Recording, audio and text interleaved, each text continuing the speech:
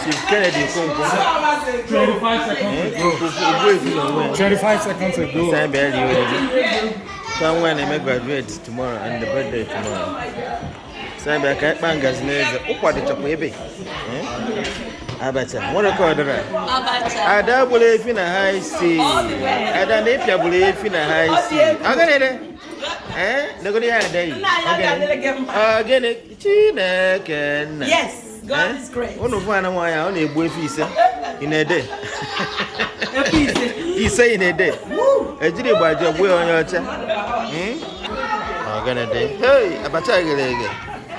The one on your leg of leg. And then my camera on your leg Abacha in a day. If one a month.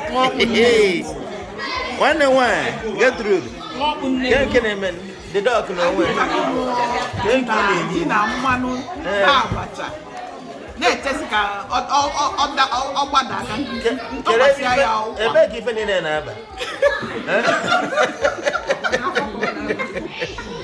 I got my money well. I don't want to put on my TV. And they're gonna have it. I'll get it there. I know better.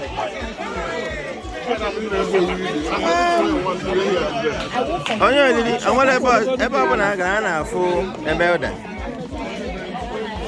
Look at this. My name is Okenze. Okenze no where? Okenze. Nukunze. Ikalaka. Nukunze Nikalaka. Now one name. Also, man, Nemo. Sammy Yo. Again, enough. The one the chief and the cook ever. Oh, Cassina, Calebis Weber, and Cape Bunde. Chief of Waving away. Oh, the color.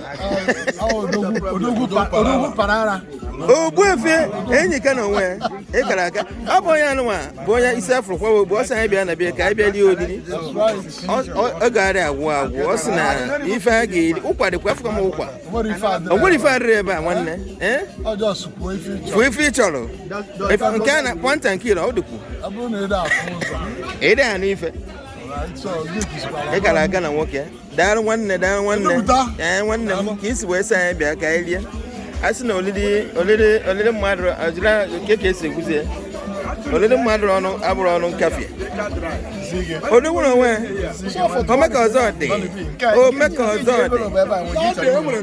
emeka mbịa ya ewe ihe igbotakwa n'ime iwelu nwanne m ka egi ime nya mara ya gbakwa ma ọkpa n'eze obi echi anya anyị nọkwa ka nwanne nna gụrụ obi echi anya n'onwe mfọ ka o si acha ka onye ọcha obi echi anya ekene yi the president onwe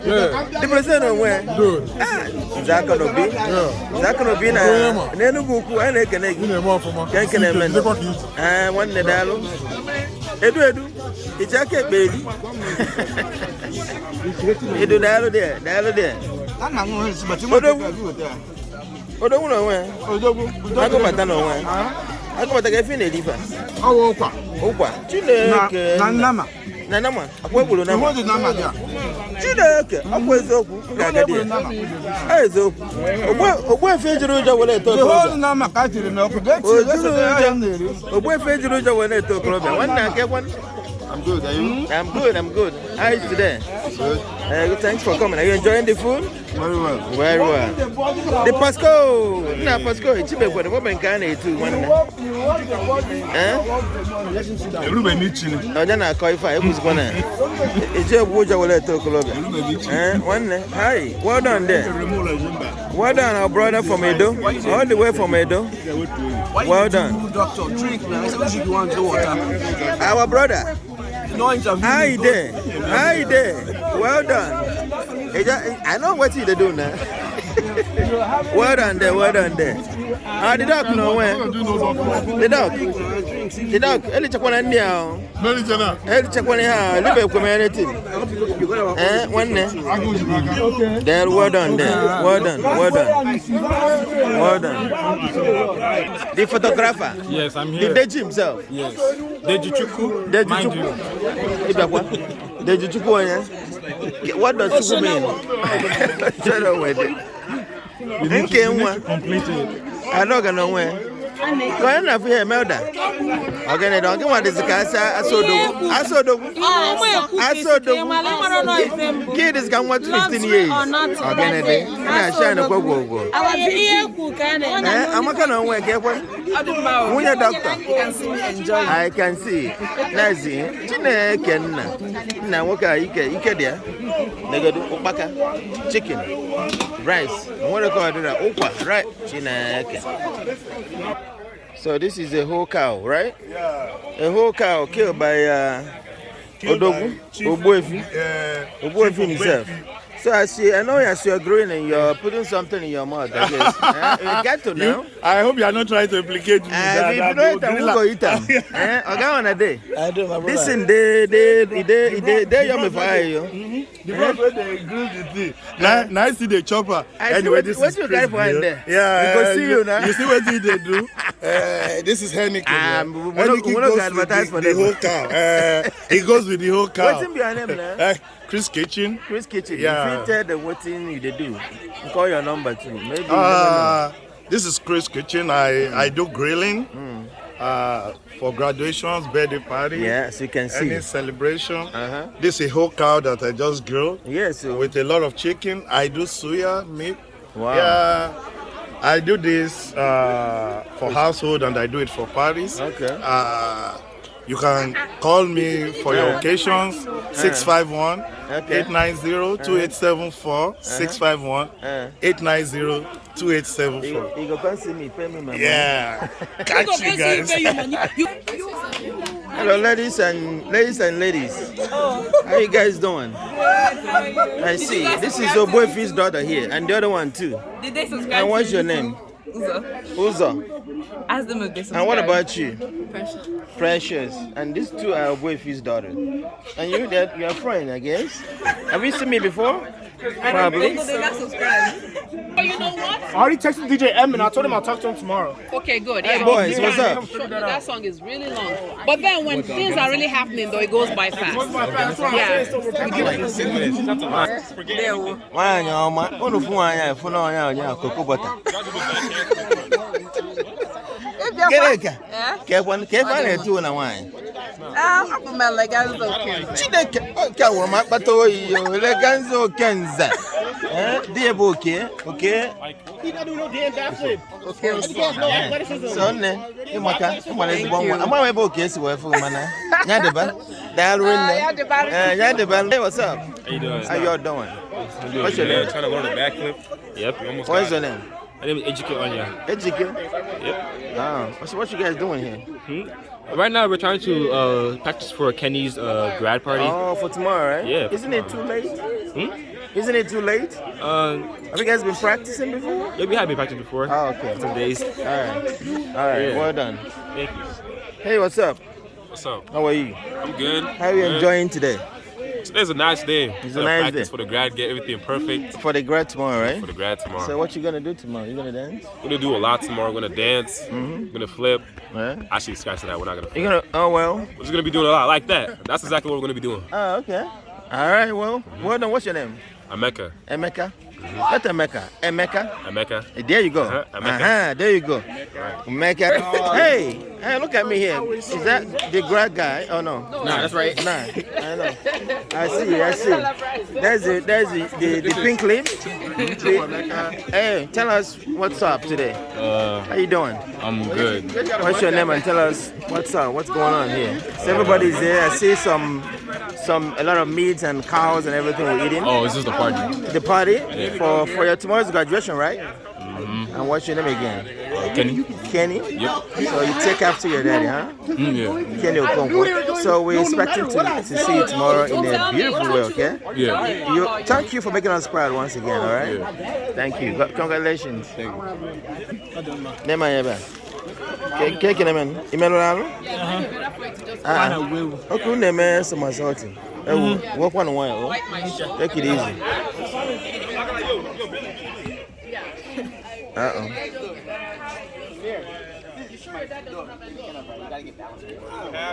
Wow. I go no where. It can work in One go at Fifia. One go back. Keke man. Keke man. One go. Yes. I know who they get one onye look off na one go when I knew onye able if in man one go. Can I go to the doctor? The doctor nowhere. I was not HP. Minister of Happiness. The doctor is here. Minister of Happiness. Minister of Happiness. No, Minister of Happiness. Happiness is okay. So why go nowhere? I can't give Why you can if you believe in me? I'm not the way my chairman. I'm the chairman. Yeah. The CEO. Margaret Motors. Margaret Properties and Whole Limited. Wow. And in the mother Uno. We always telling people that in America, don't forget. Yes. When I also come American campaign. All of you know when they buy. Of course. Your job we made them. Go at Ifia. I ain't you. Ndo beloche. Unyo ndenuku mad. I will under 150 million. Even when I'm done, I will belego. I will under 110. If I will 5 bedroom fully detached, not semi-detached, full detached. Come on. I will in Abuja complete. I will in Asaba. I will in Oka. And then we will develop. I have a limofia. Okay. So give us a call. Thank you.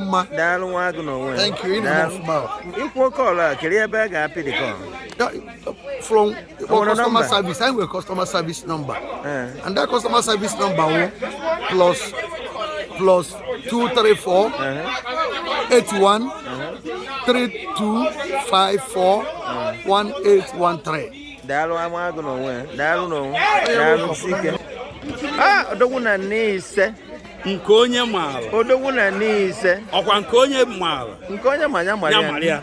Oye kukade. Ogene gana. Ogene na afio. Ogene na afio kenkene men. Nkonyema, what is kene? Wana nyi fi bele bi meta. I be an ka ono preamble to the main event. To the main event. Preamble. Neku mother name me on question me. Of course. So now you neku mother ka be. So now I get you emechezi ka we me high me. So I be go to come. I nya kalibuneto o mo. We lose echi. Ozo jide back. Ozo jide back. Nkonyema Nyamalia. Nyamalia. Nala neto na nna gomologo. Musie ike. Nigga we blozi onya aka ebe. Speaking of work ekwan. Wana ya faga na ife bele bi yemeta. Ya fum ni na eli ezigbo ji kala aka na Ukpaka. Mana nwatakịrị ya na-emekwa n'ife a nwa nwanne m nwoke. Agwa m suppose ịpụta ebe a taa. No family. Yes. Ka m bịa kene ha. Ka ha kwanyere nwatakịrị anyị ugwu. N'ihe ọ mebe ezigbo oke ife. So gakwanụ kenekwa nne na nne ka ha si zụpụta ya. Ka Chineke nna zụrụ okwu ya na-aga n'ihu. Ihe a ka anyị na-ayọkwa Chineke. Amen. Darren, I think you know. I don't very sorry maka family unuma. Oh sorry. Ka m rụọ ọrụ na ji. Yeah. Ngwa gịnị emebe? Izu ọra. Ogbuefi no nwe. Mweto na agbacha nwa agụ. Ikweto kwa afọ na ikweto gbogbo. Ogbuefi ka kimen. Fona obi bụ nsagole. Afọ m no afọ nya fugo onye. Ife kwuru ka na. Anyị ejego na mgbede ebe na fuwe efi ka ọdọ. Nti ogene na afọ. Si ka mbịa meet gị na ekwa na ọgaragidi. Ka ekwa na anyị fe ji wee kpara anyị taa. Mana ndị be anyị si na onye si na agbamakwụkwọ abụrụ ife. ojeme mpụta nwa. Ojeme nna gị mụrụ gị mụsie ya ike. Mpụta nwa. Ife anyị na-eme na mgbede a bụ ndị Igbo na-akpọ ya na-akwadobe. Kennedy Okonkwo. Son. Yeah. Okay. 18th birthday. Okay. In America, if you turn 18, it's a milestone. It is. It is. Makana age age of course. It's a good kid. We've seen that. We make the assignment. I don't know the assignment. I don't know college. Yes. For graduation. So if I have a double celebration, not just I turn 18, but he's graduating from high school. He has already graduated. Yes. He did commencement on Sunday. Yeah. Okay? Yeah. And then he's going to St. Thomas. Wow. To do nursing. That's a great one. Proud. Very proud. Okay? Very proud. Onye ka tune into onye si na abụmakwụkwọ abụrụ ife mempụta nwa ọnwa gosi ndị enyi m ọpụrụ ibe bịa nọ unu sogoro ibe onye ka anyị nọrọ ebe a ife na-eme ajụkwala onye mmemme wee mara gị ị na-emetụta nnọọ iso na ndị ama n'obodo so anyị na-asị gị dagharị nne a sị na onye na-ewepụ ọ na-abịati ịghọtago ka ekwe na-ekpere ị na-ekpere nwa ka ọ na-ete gị ọf ekpere m na-ekpere ya bụ na ọ ga-adịrị ya mma ụlọ akwụkwọ ọ na-akwado ije mahadum ọ ga-eje ije ga-abụ ije siriri werere ije awele ndị nkụzi ama enyi ya nsogbu kama ya o jere ọ bụla ọpụrụ iche maka na ọ bụrụ ehit aka anyị dị ya ife ọbụla anyị na-eme anyị na-akpachapụ anya ịghọtago anyị ya bụ ụdị ọkpara Ogbuefi ya bụ the hen of the throne on the throne next of king kedu ife ọzọ fọ ọnụ ekenekwa gị Ogbuefi ime ọfụma Ogbuefi ekene gị Ogbuefi Enyika na Nnewi anyị ekene gị afọ na ịfụ family gị n'anya fụkwa nwa gị n'anya iji emere ife if not ị gaghị eme otu a anyị na-ekene gị jide ka ije onye asị ya jide ka o ji na ife ọ na-eme dị mma daalụ nne nwanne m daalụ nwaanyị mara mma amaka nwanne m nwaanyị ka eke imere kwa anyị na-acha ka ụdara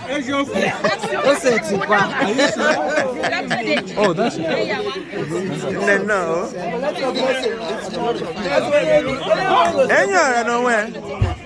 enyi ọra n'onwe ekenekwe gị ka eke imere nnọọ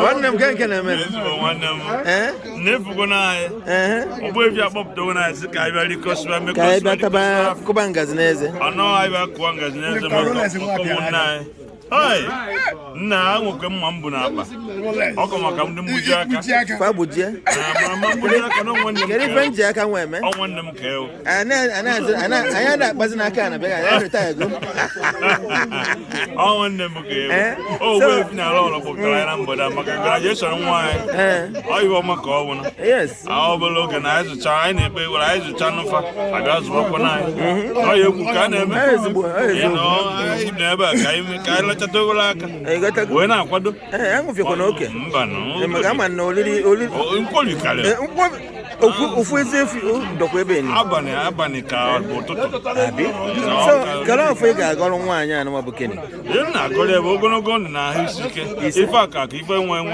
azị high chief mbụ asị m ọgbụ n'ilu mbute mma mụ na azụ mbute mma ogologo ndụ na ahụ isi ike ife ọ bụla o chila aka mma mụ na onwe nke m bịakwara ebe a okwu m ji bịa ka m ga-ejiga nakwa ihe ọbụla m ga-eri ebe a m ga-eritezi ahụ ike ogologo ndụ na ahụ isi ike ya gaziere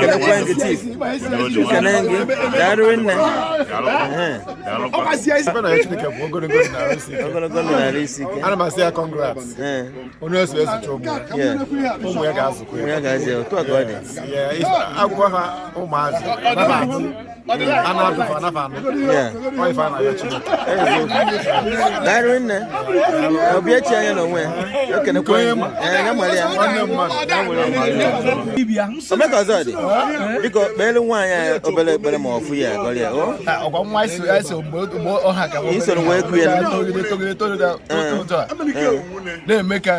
Kenny Junior. Yes. So we are ready and he is ready too. We are ready. Yes. Go to college and do the 4 years or even 6 years and come out. Yes, sir. So 6 years is just able doctor. Exactly. Okay,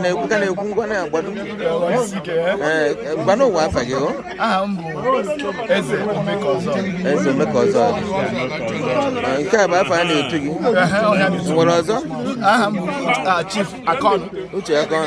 This guy na football Nigeria ball Adam Akwama. This guy na 19 in the day. Mauritius 90. Mauritius 90. Yeah. Nah, itago simbe. Itago Odogu. Can I mean? Can I go take it off to higher institution? First milestone achieved. Many more milestones ahead. It's true.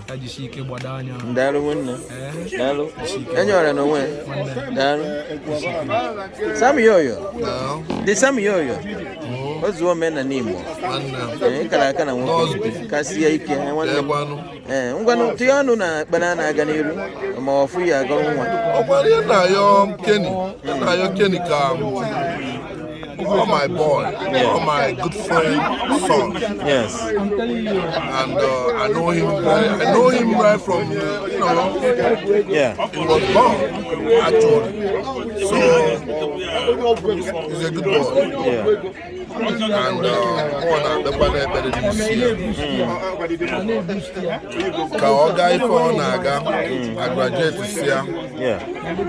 When Yes, sir. Yes, sir. Kaoga jemwena ife nsogbu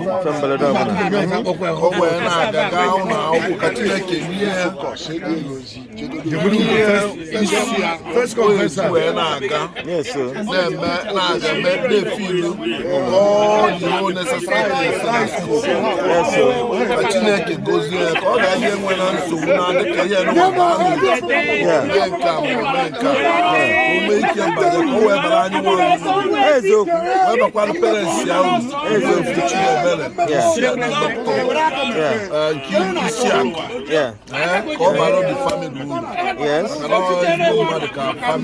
yes, sir.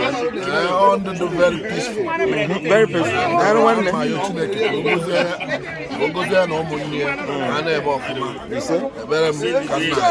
Darwin. The some yo. Those women and him. Darwin. Nambiko Kalafa. Tiono no kun. Afamu Chukweso. And what if an amen? Kelo Africa go on wine corner. I'm a go one walking. Yes. How more in No, we should say. So I am one walking.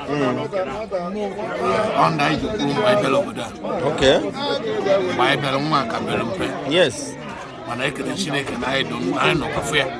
Oto, yeah. Oh, yeah, cowboy. Yes. Before John and many you, no, I am on us. He said, on a man as well on you. He said, on a many who knows. He said, in a corner. I do a moya can. He said, it also one there. Oh, yeah. He will it. He got Patalana over there. And can net Patalana at all over there. At all. Got Patalana, look at Bosia. Oh, yeah, Luna. Yes. Lutu monyo na wonyibo. Lutu Nigeria. Chineke enye ogonogondo. Ifak mako ife enwe. Ah no ogonogondo na ha Jesus. He say dan one dan. Okenze. Okenze ya bana be. Okenze okay ka obia. Nam. Keki man. Adinama. Because bana ya afa gina. Ahamu Emeka na bo. Okay, onwere ofu I ga goro nwa. Ebeli ya. No ga diri anamma. Ga diri anamma. Darwin ne o. Darwin ne. Mana bara ana open on iko kan da.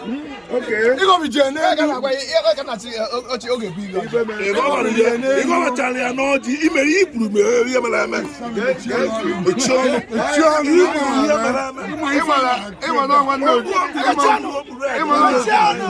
one no Ugba head do Ojukwu n'aka. There you go. Ogo Ogbuefi. There you go. So now I am me far off ma. I am me consider. Ofu kwa mmekwo no na. I am me off ma. Oye so ku. It's going to be a long night. But it's gonna be a long night. One side, I will hear name. No, so. Kapo ene ku Okenze. Ema na chief no no. But try ojo oborapuro le. Yes, you today go see. Kanto gumani oja. All the too many. Okay, it's gonna be a long night. Because before na mmera ba no mmera na wate. Amen. Makana so na only come Ibezi. You have said that before. You said it 3 times here. Don't shut the fuck up. Don't stop me up. Do not stop me up. Yani ifo na elio. Don't stop me up. Oti no kwani iru anya. Ana atokari oku. Under Muhammad. Ogbogu we agba oku ebe ojizo. Biko ka kwara oju. Biko.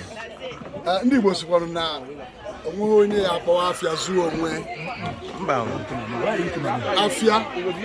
Ya akpọwa afịa zuo onwe ga afịa. So biko ka anyị wee nụ nwayọ, anyị eme ya ọfụma.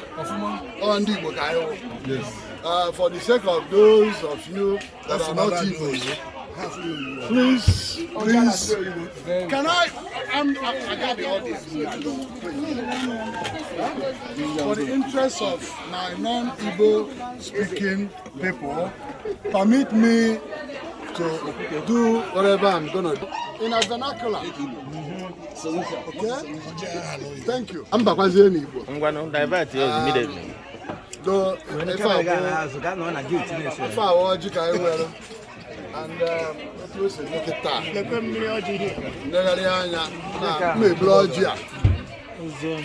Be one down worker.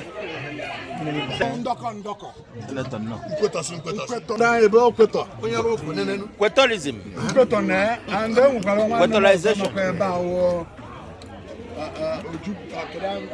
Francis Nkweto ka wuru onye. So na me blood idea. Kam ochiere unu. Nkweto called the whole thing. Na ugo gwa ihe ebi ga ọjị. Ha, omena na ada iwu. Ndị ba kachan. Yeah. Onye no be Ogbuefi Enyika. What God.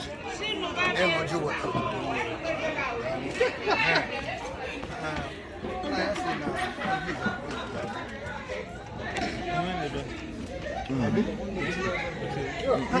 Okay.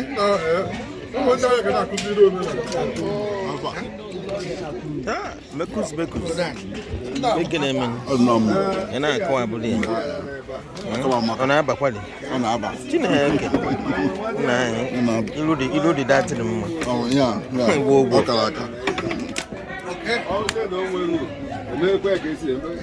What do you know? Yeah. What do you know? No, I don't. You don't know them. Oh,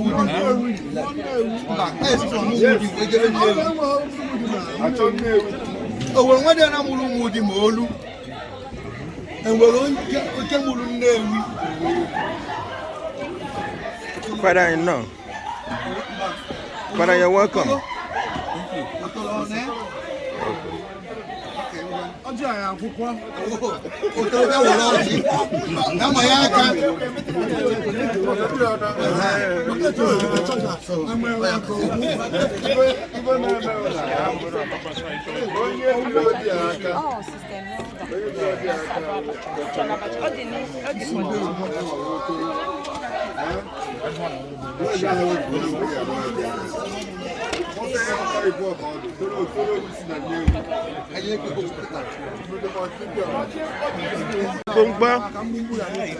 Go on.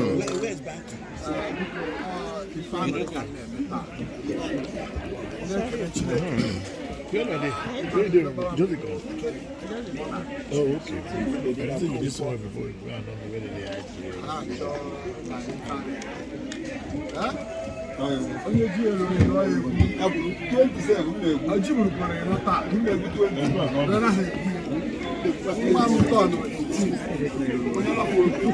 now graduate high school. Wow.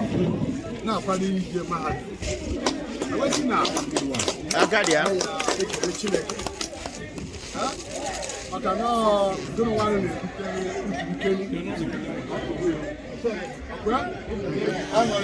don't want to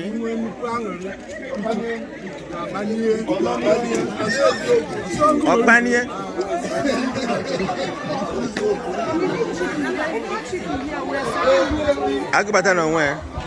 Kenenge. Akene kwangi. No.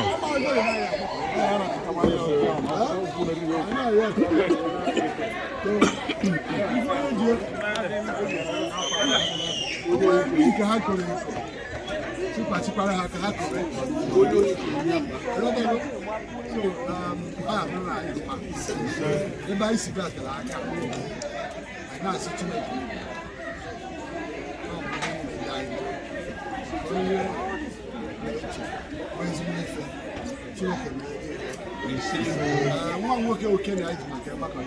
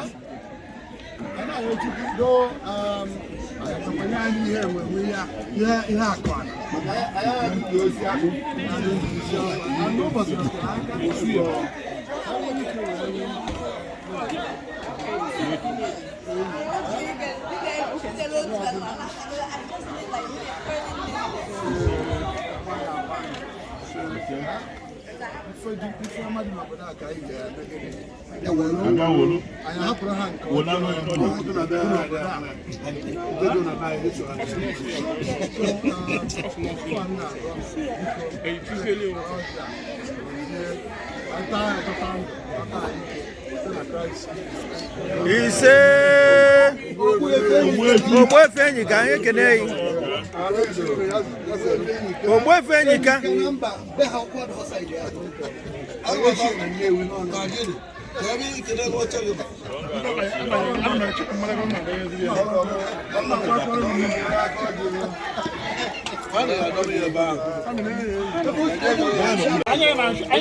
Onkwasaga ngozi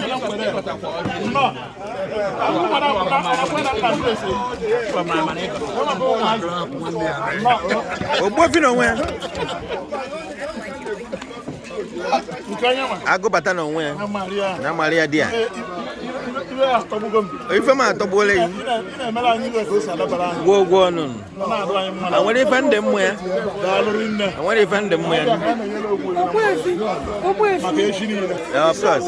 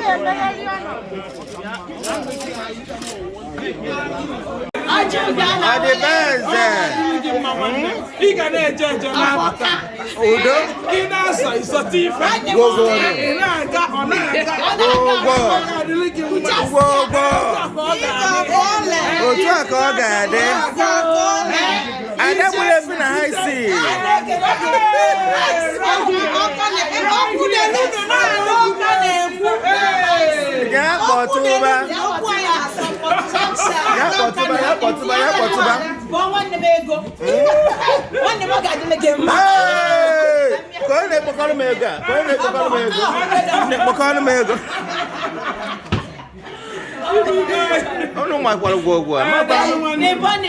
you know they were very lucky? Do you know the guys very lucky? Down. Better make sure I look good. You already look good. Make sure I look You already look good. Down.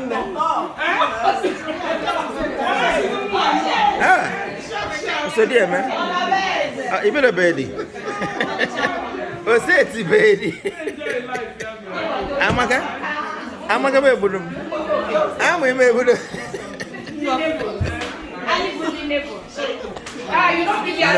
Thank you, man. Daru there.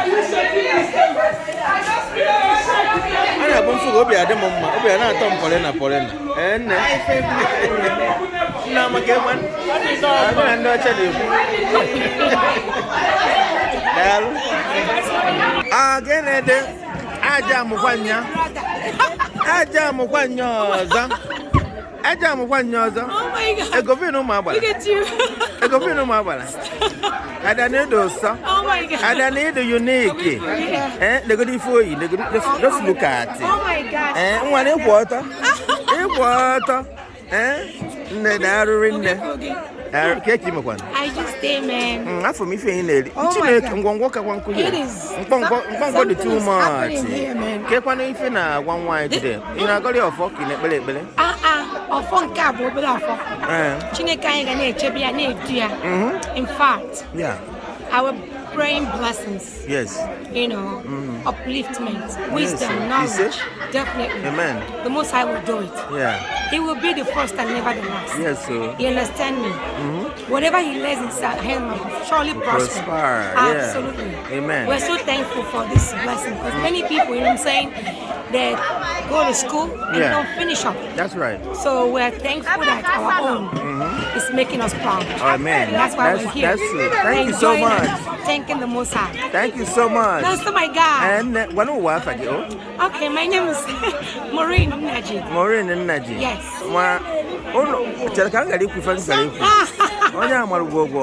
Talk of town. Come on now. Okay, I got some beautiful ladies down here. Anybody want to say a word or two for this handsome boy that is graduated and having a birthday? Anybody want to say anything? Prayer? It's got to go far away. Okay, somebody's ready. Do you want to say anything? You want to congratulate or prayer? Oh yeah, congratulations, Muna. I wish you the best. Yeah. And everything. And everything. Right. So what's your name there? My name is Emanuela. Emanuela? Yeah. Okay, good to have you here, Emanuela. Thank you. All right. Anybody else? This one you're eating chicken. This chicken. It's good. I get it. It's good. And this chicken won't allow you to say anything, right? Precious, stay there. How are you, Precious? Yeah, I get it. So I learned that your brother, your elder brother, right? Yeah. So tell us your name and anything you want to tell your brother, because he's gonna watch this video. Okay, my name is Precious, and I just want to say I'm really proud of you. You're really proud of him, right? So any prayers for him to move on? I pray that you prosper in whatever you do. Prosper. That's wonderful prayer. Thank you so much, Precious. Thank you. Thank you, man. Fana. Ebu Ukochukwu. Enwere mgbe ị ga-ashawa nwa anụnwa. Tụọ na graduate na-eme birthday. Hanta niile. Yeah. I know Chukwu gozie ya. I mean, he's just getting to become an adult. Yes. Officially. 18, yeah. That God will keep him and direct his actions. Amen. Yeah, as he's getting to higher institutions. Yeah. Yeah, that God will protect him. He will make right choices, meet good people. Yeah, people that will help him achieve his dreams in life and prospects. We pray for him. Amen. Yeah, that the next stage in his life. Yes. Will bring a better future for him. Yeah. Amen. Thank you so much, Father. Thank you. Father, Father Roland. for the role of host. That is so well. Thank you. I want them. You're going to get him. Because one of them are going to want birthday and graduation. We're going to go on the progress. Yeah. More academic achievement. Yeah. Everything he's looking for, his dreams. Yeah. And aspirations will be achieved in Jesus' name. Amen. That one now. But one of what I go before I live Peter Ebudom Darwin. The burger.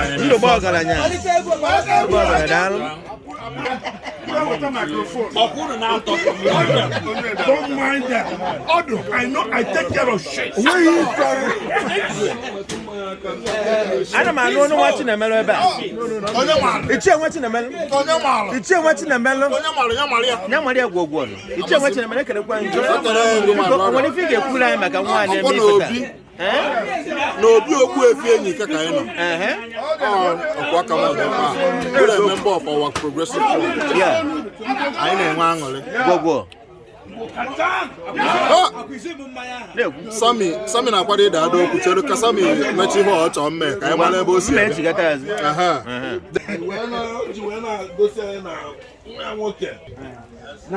We kpoku anyu wa ndi ibe. Ụmụ nwanne ya nwoke ka anyị rue nso. Ka anyị wee fụ nyawa tọọchị ọ na-agbanyere anyị mmọnwụ na-eji. Ka anyị nọgide wee rie ṅụa. Wee na-akpọku ose bi n'eluigwe ka ọ bịa na n'eri ya ya na ezinụlọ ya. Ebe ọ bụ na o si wee weta ka ọ ya etighachikwu ya. Ka anyị nwawo ndị ibe ụmụnne na ụmụnna ndị si ebe dị iche iche nwanne anyị nwoke si Naijiria ọ ga-adịrị gị mma ma ndị si Texas ma ndị si California eje anaghị ije ọ bụ ndụ mmiri ndụ azụ ọ ga-adịrị gị mma ụmụ anyị nọ n'obodo a ga-emesịa bụkwalụ meyọ bụrụ gọvanọ bụrụ ndụ ka anyị na-ayọ na-arụ nsi ike maka na onye nwere ndụ nwere ego nwere ndụ nwere ego ndụ bụ ọgaranya anyị wee na-asị ihe ọ na anyị eri tata na aṅụwa ma eme anything na ọ ya abara anyị na-agbafe n'ụzọ ndị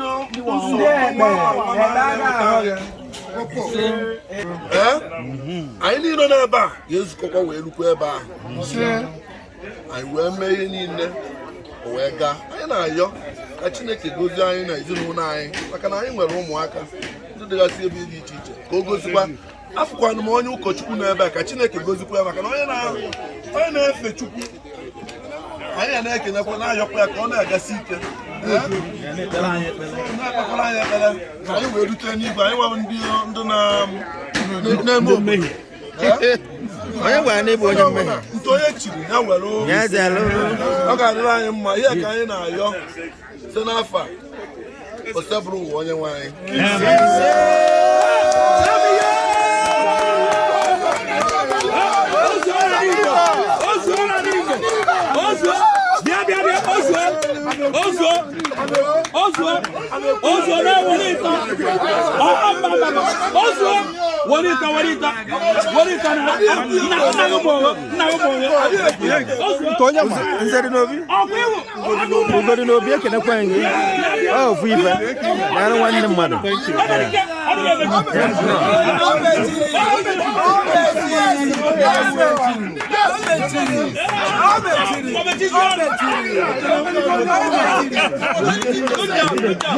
What do you have to say? Good job.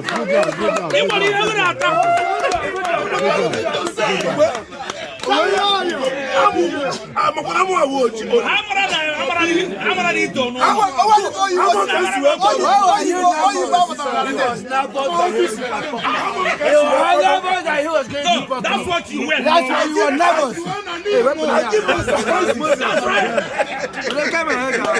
they think that I will fall,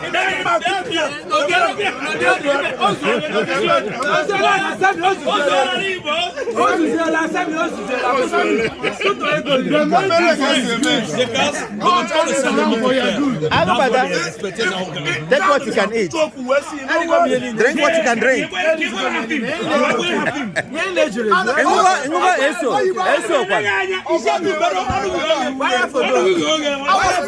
I was proud of him.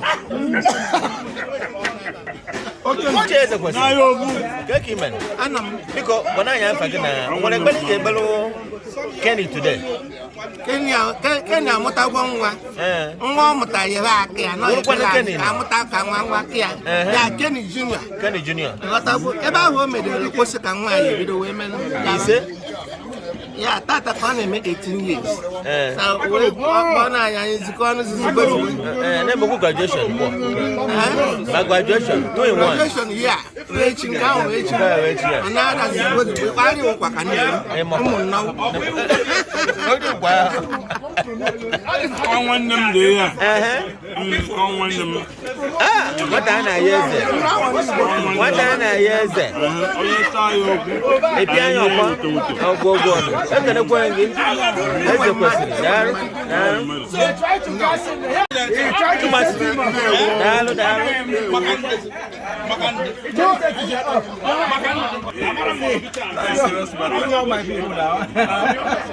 one day, Governor. Take him in. I did. Who do the one of Bokosara and why by the time? Chineke na gegozi ya. Ona ejeje na bata. Ise. Oga college of ma. Ise. Amota. Yeah. We tell somebody. Ise. Onwe akaraka. Gedu ya de ebe niile. Yes. Ojozo. Jom no job. Oga of ma. To agode. Ekene kwangi. Gwano wa afa ge wanne. Afa ge kwan. Afam Jude. Jude na Nadi. Ekene kwangi. Dal wanne. Na ke kwan. I'm good. At the moment. Because when I have again, I'll find a golden Kenny. That on a birthday. Yes. Then Moku graduation age. Yes, that's correct. Upon Nagoro, what day I'm called? Oh, what day? Oh, one name, what day I'm called? Immediately, yes. But no Lugun, so now I make a nation, I can listen to it. Yeah, I said. Nando, Nene, because don't make her proud. That was okay. I wouldn't never mess us about Mary Ford. I am working on Weber. Because Anglia Manduzi. It by Kaibia, then well angry. Oh, what Eve wish guy no now. Yes, I am no gala night.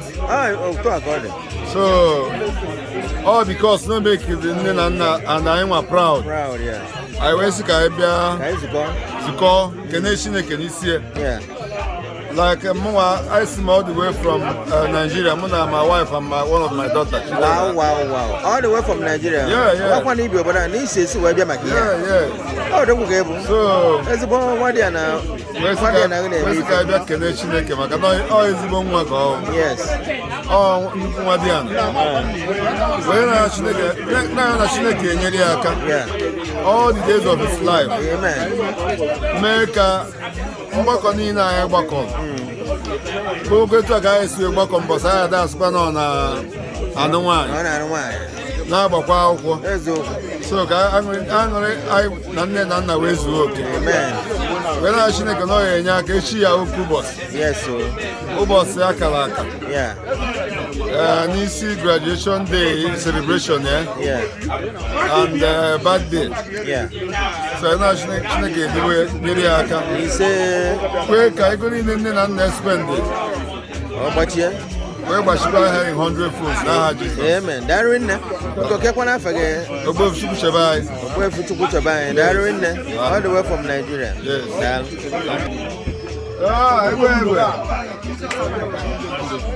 What keep you nowhere? What keep you nowhere? I can acquaint you. I can keep on a keeper. Ukwa. Darwin, Nabia. Watching a man away. Can't be the one I was saying. Get man a chaffichap. Okay, ngwa ka ị bịakwa ọzọ. Nke ama Maria. Agụbata n'onwe ya. Nke ama Maria. Agụbata n'onwe ya. Nwere ya emegide eme ka isi ebi. Abi. Na akwa ego. Eye ma ana. Na akwa ego. Si ọdọba dị ego here. Ụdị mmadụ ka Pascal nọ ebe a. Ịchaji ya na anya o nwere big company. Na anya nnekwu ego. Ya. Eme kwụta ụgwọ. Ma nwanne nwoke a. Big. Onye ọbụla ara agara weta ego. Enyi ọra. Ụkwa na-atọ. Na-eje n'ụwa niile. Abacha. Ọ na-eje n'ụwa niile. Nje n'aka nne mfụ, nje n'aka ekpe mfụ a. Otu a ka ọ dị. Nke Maria. Na Maria dị ya. Agụbata n'onwe ya. Agụwan na agịdị. Agụwan na agịdị. Anyị ekele gị. Ngwanụ kelụ ekpere ị ga-ekpere nwa taa ma ọ fụ ya agọrọ ya. Ọnụgọrọ ọfọ agụgụ na ịmana na-agọkwa n'ọfọ n'isi n'isi. So ọfọ soro ibi ele. Ọfọ soro ibi ele. O mekiri sense. Daalụ nne. Daalụ. Agụwan na agịdị. Ịkara aka na nwoke. Thank you. Daalụ. Nke Maria. Igwe ụgwọ ọnụ. Ọ Maria dị ya. Nke maka ị ga-ama mma nke mma. Exactly. Of course. Daalụ nne. Lọlọ n'onwe ya. Yes. Lọlọ ke nke na-eme. Because anọ na nwa gị Kenny na-eme birthday today. And tomorrow ga-abụ the graduation proper. Today I'm not available for birthday and graduation tomorrow. Okay, like prep. Yeah. Okay. Ngwanụ, kedu nwe ife nwere ike ikwu maka nwa gị? Na ekpere ị ga-ekpere ya? Oh, actually, my son, Kenny, is a special baby. Kenny Monachis. Monachis, okay. Yes, so. Yeah. I didn't even know that Monachis. Yeah, okay. making them Monachis. Yeah. The first name, Kenny. Very nice name. He's just starting. Yeah. Where we stop is where he will start. Yes. So God will keep him. Yeah. God will protect him. His destiny will never be cut short. Yeah. His life will never be cut short. That's true. His crown will never be taken away from him. Yeah. God will continue to guide and protect him. You know all these crazy things going around in this America. He's not gonna come near him. He will continue to be at the right place at the right time.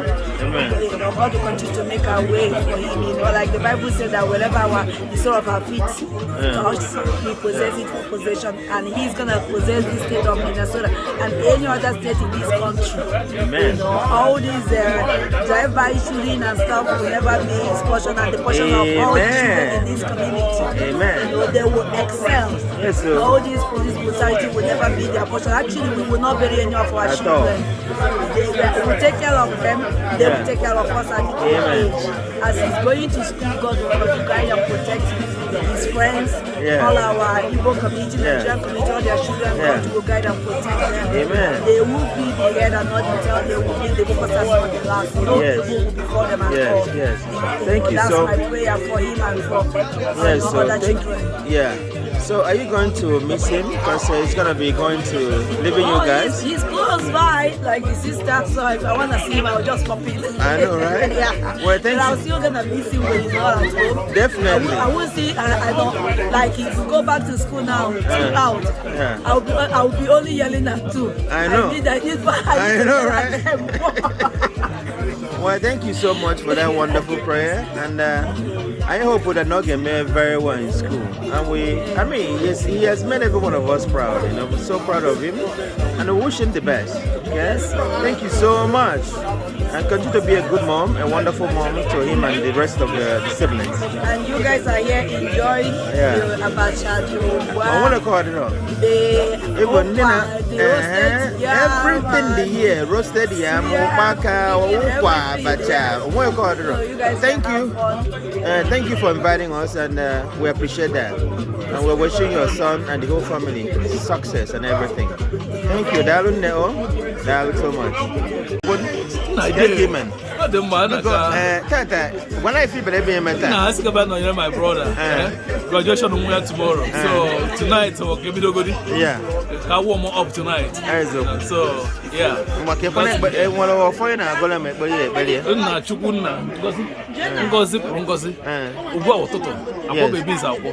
So all the good things, you know, he has a very good future ahead of him. Yeah. So we're so proud of him. Yeah.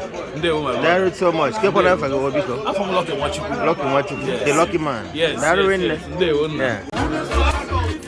I don't walk. Because I'm Yeah, give me watching a man. So bad, I'm an I know about go I John before Nepa we were up. I can because continue on every person. Hello, everybody more friend I got on wine. If I don't know, Onya no be online worker. Chief Kennedy Okonkwo. Yes. Ogbuefi Enyika. Ogbuefi Enyika no we. Ai bialo kai no nya na ndebe no bosi nketa amaka. Nwa nwoke dị ọkpala gụtara akwụkwọ high school. Na-akwado ịba college. Wee sị ka anyị bịa anyị nwa bụ ụmụ ibe. Anyị bịa na onyelo ya na ndebe. Ka anyị jụọ ha ka ha si akwado maka na echiwe ụbọchị. Echiwe ụbọchị ya. So ife anyị nọ na ya na-abụ anyị na-aṅụ nkwụ omenala. So ekpere m na-ekpe n'isi nwatakịrị ya bụ na Chineke merie o wee jegido wee ruo na level ọ nọkọta ya emekwa nyere ya aka wee jegido wee jetọ maka na ndị be anyị si na onye na-awa bụ na ọ narugoro ọ ka ya da anakwa ịghọtago so nke a ka wụgoro mbido o jezie kọleji osoro ibe eme ife ha na-eme mụtara anyị asambodo mụtara anyị dikri ekpere anyị na-ekpe n'isi ya bụ ka ọ gbado anya ka ndị mkpasasị anya ghara ịfụ ya o soro ibe mee nke dị mma amewe nke dị njọ nyere ha efe nwere ihe ọzọ Chineke ya nọnyere ya ụmụaka amụrụ na mma maka na ụfọdụ n'ime anyị enweghị opportunity wee jee high school na America mana ha nwere ọfụma Chineke mere parents ha amụọ ha n'obodo dị mma ebe ha nwere opportunity ije ezigbo na akwụkwọ so ya jide ka o ji gbado anya na onye asị na jide ka o ji ma na ka ọ na-eme dị mma ọ gwụsị aka ọra m na nwachi na-eme n'onwe ya ekenekwa gị odokwu ife na-akwụ ọrụ anyị na-afụ aka odokwu ekenekwa gị ide ka iji nwanne ezigbo nwa nne gị zụrụ ọfụma dị barista ekenekwa gị daalụ nwanne m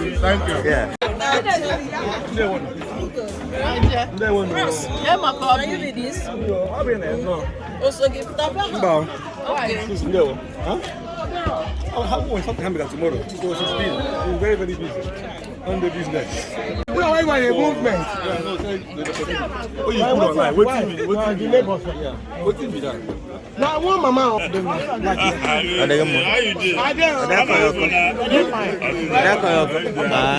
There you go. Join the gang. Chief Daddy. I greet you, sir. Thank you. How are you doing?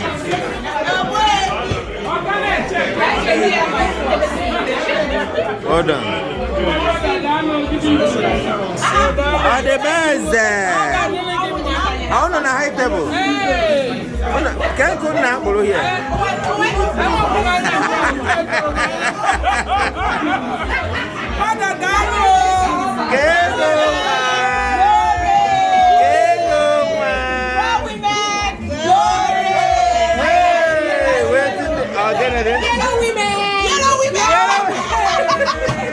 What are black ones? The queen! Glory! Oh, the lioness. Let's go, lioness. Glory! Wait, so am I missing? You are. Glory! I saw a yellow one. It's a yellow woman. I'm going to tell one. I'm going to tell one. Yes, sir. Yes, sir. Yes, sir.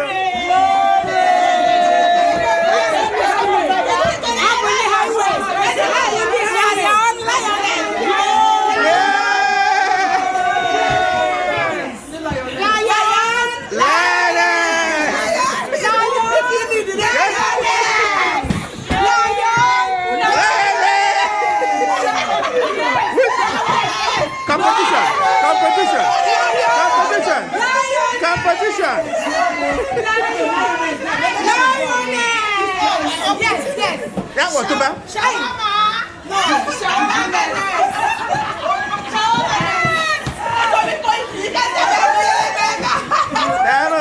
Down. Una too fine. Lioness.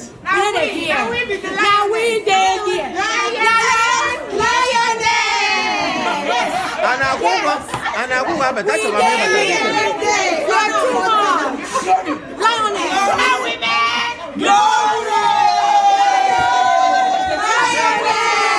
never work competition ever.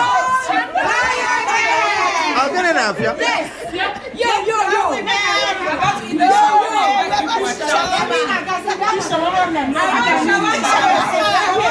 I want to join,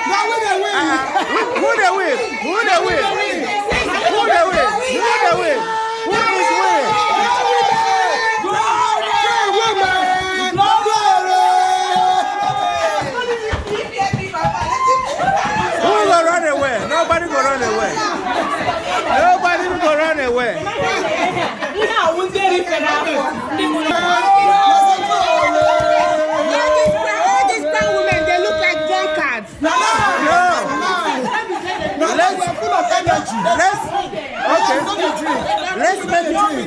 We don't drink. Can we make it one?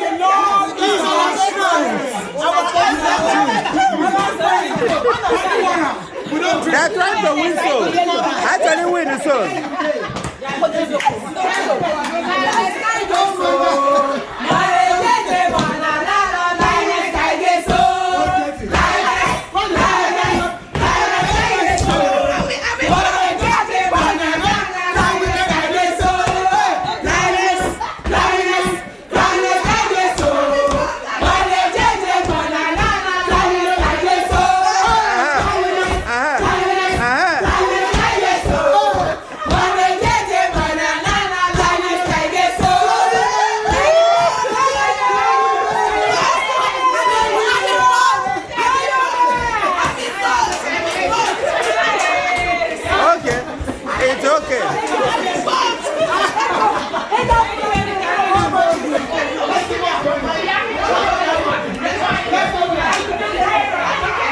Well done.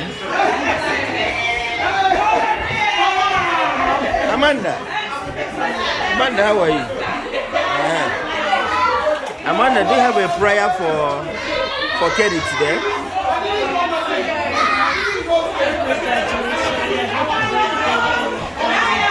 Yeah, good job. Thank you. Yeah. Well done. Welcome. Yeah, welcome. You're welcome.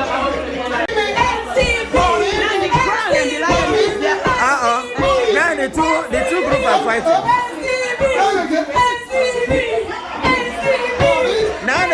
Now they're trying to reconcile. That's wonderful. Wonderful. I love to see this.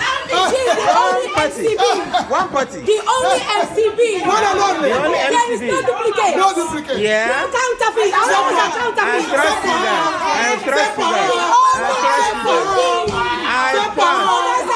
Somebody said for her. Yeah. Said for her. Yeah. I can't hear you for her. Period. When I get energy, better energy. We're gonna follow you, they go. Make they follow me, they go. We're gonna chasing after you, We're gonna chasing after you, they go. Hey, they have to follow the place, so. Follow you, they go. Follow you, they go.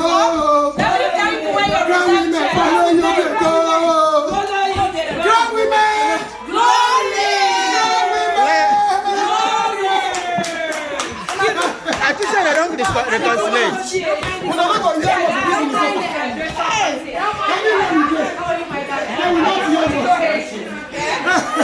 Well done.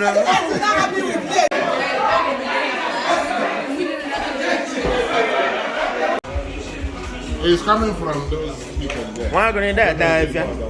Get if you name me, but nah. He's enjoying himself. He can't. What they do work here? No, we thank God. How can I? We thank God. One number.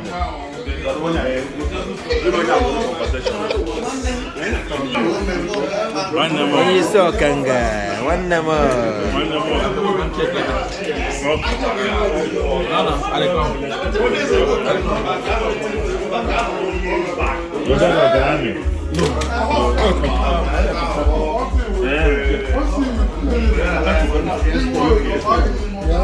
How can I bother than enough? Yeah, can I go and get don't walk it.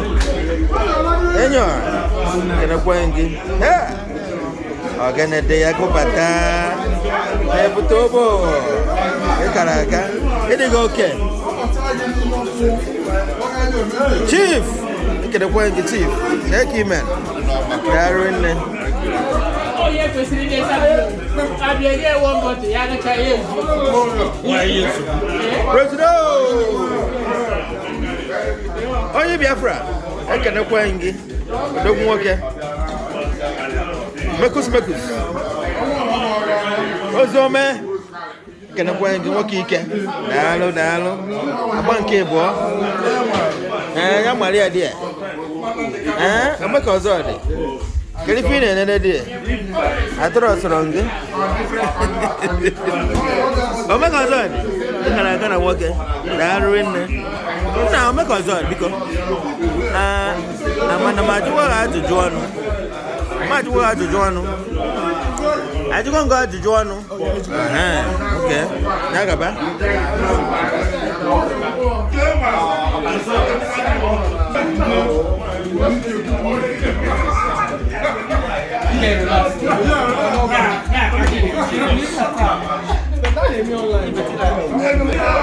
What you be?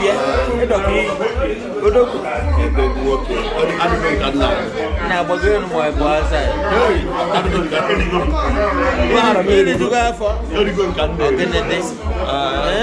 I don't go with she look here in the menu. I don't know. I don't know what the room. Even the man out where what the room. Let's see your corner. She will be a man or not. A man of the man of my good on. Of course, 50 man.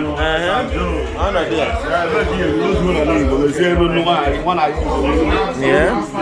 And channel. Number one, man. I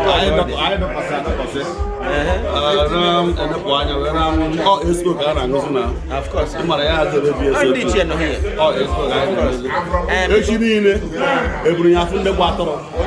I'm an announcement. You're not going to take I'm going to change you. Of course. So, I'm a man.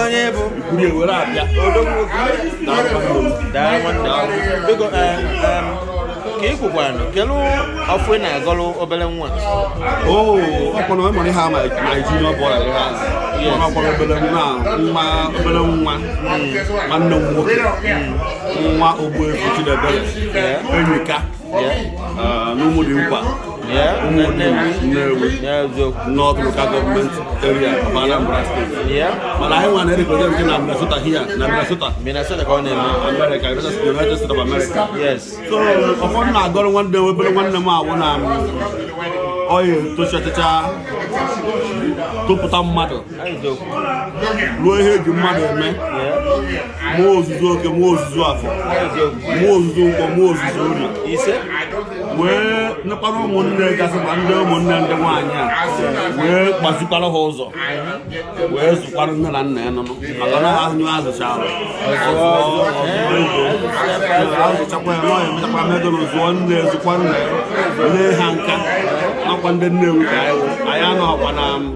My mommy told me I'm from America. I'm from New. I was but one family.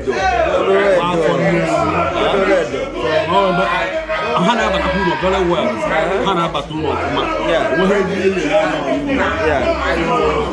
ebere na ebere ụlọ ya adogologo ndụ na ọ ya adogologo ndụ ọ ya atọ atọ ife akụ akụ ihe enwe enwe ọ ya na-eje na-ana ọ ya eji obodo n'obodo ajọ mmụọ ya afụ ajọ mmadụ anya afụ ya ndị iro anya afụ ya ọ ya nwụsị anwụsị ọ ya azụchachụcha ụmụ ya azụkwa ya ọkwa nne na nna otu nne na nna esi wee zụọ osigbo otu azụọ nne na nna ya daalụ obodo anyị nọ n'imeri ụlọ ugwu daalụ Naijiria uru daalụ ụmụdị na uru daalụ ụmụdị nkwu uru daalụ Nnewi uru takwuola Anambra steeti ka wee ka emecha wee ka ịwụda highest surgeon ahịa enwe a na-ekwu mgbe ahụ asị na ọnwa Nnewi be anyị ọnwụ ụmụdị mkpa n'ọnya ahụ dị the best surgeon na America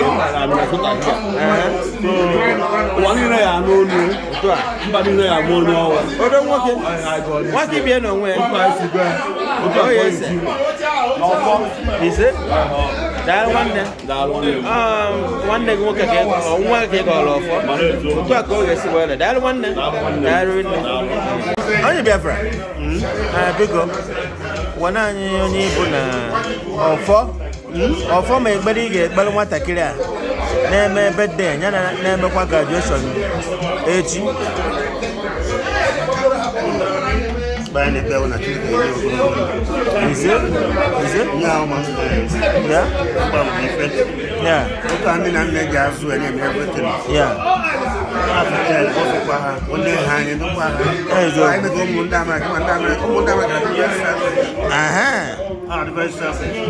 very important they point out.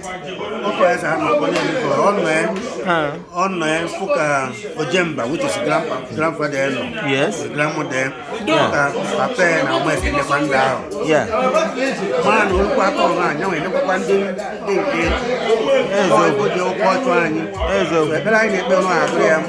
Is it? A weekend. I don't know. Is it? Is it? Is it? Talk about it. I never. I wish you yeah. That one. That because I am working my fag because when you go support that one. When you can find it to one on your dog no where that one. That is a cake one. Cake man.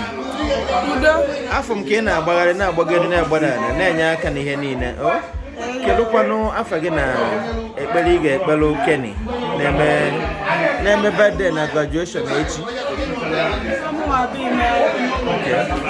LOLO Isi Aku. And the other man, yes, all kinds of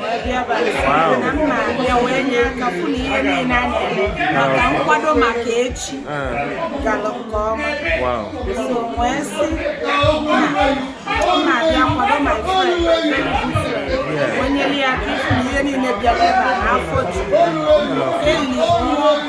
When I see also the penny for this family, any good at this family, and then all the North, I cannot make that. Yes, this family is a very nice one. It's a very good family. Very good one. Thank God. Right? So I saw Doguno where there is no luxury or nothing. Luxury or nothing. Abuna Kagaria. Mano Nilo Medifa. Mano Nilo. Aguagera. There is no man. Only one I go see kiss and you find out Benina. I'm a free Naka. Ebenina Naga. Oh, a blessing. Thank you so much. I late no I say now hour.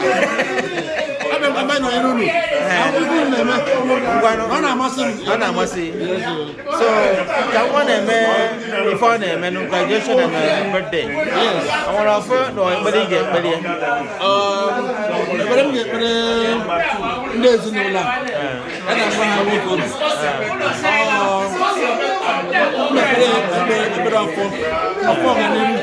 yes.